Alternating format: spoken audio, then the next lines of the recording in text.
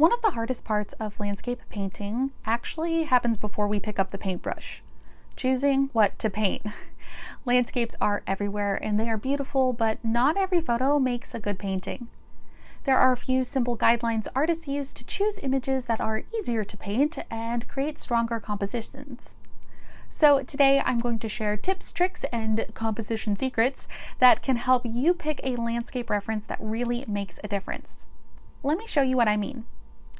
If you were going to paint one of these images, which would you choose? Both of these are beautiful photographs, but one of them is much easier to turn into a strong painting. And the reason comes down to a few simple composition choices. The first thing artists often look for is called the rule of thirds. If we divide an image into 3 sections vertically and horizontally, we get a grid of 9 rectangles. Instead of placing important elements directly in the center of our piece, artists often place them along these lines or where they intersect. This tends to feel more natural because landscapes in nature are not usually symmetrical. In landscape painting, this often affects where we place our horizon line as well. You might place the horizon on the upper third if you want to emphasize the land, or the lower third if you want to emphasize the sky. The next thing I look at when I'm looking for a landscape reference is a focal point. A focal point is simply the area that draws the viewer's attention first. In landscapes, this could be something like a tree, a mountain peak, waterfalls, a building, or even a break in the clouds. Sometimes reference photos don't have strong focal points, and that's okay. As painters, we can always adjust the composition slightly to guide the viewer's eyes. In my own work, I often use very soft focal points, where the focus is more about movement or contrast rather than a single object. Which leads me into my next helpful tip, using a photo reference that has movement.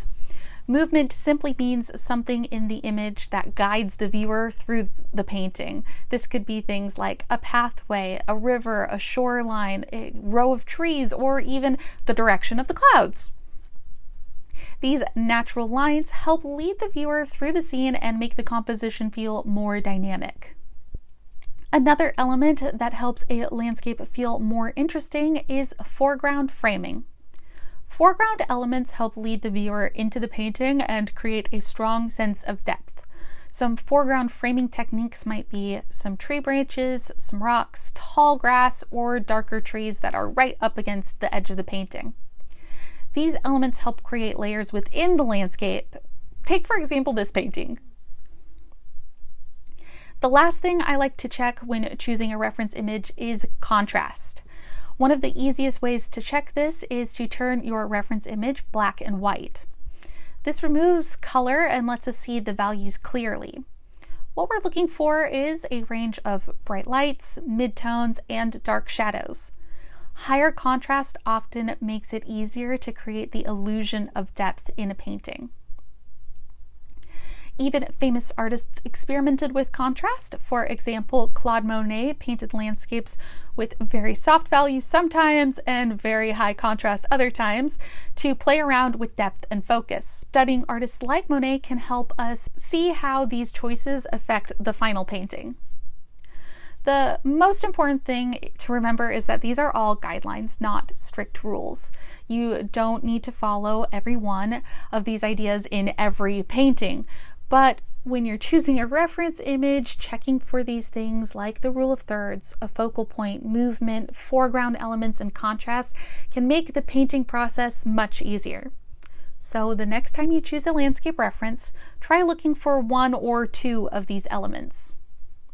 If you enjoyed learning about landscape painting techniques and would like to see more, I share new painting tips and tutorials here every week, so feel free to subscribe if you'd like to keep painting with me. As always, if you have any questions, feel free to leave them in the comment section below. I'm happy to answer them. Happy painting, and I'll see you next time.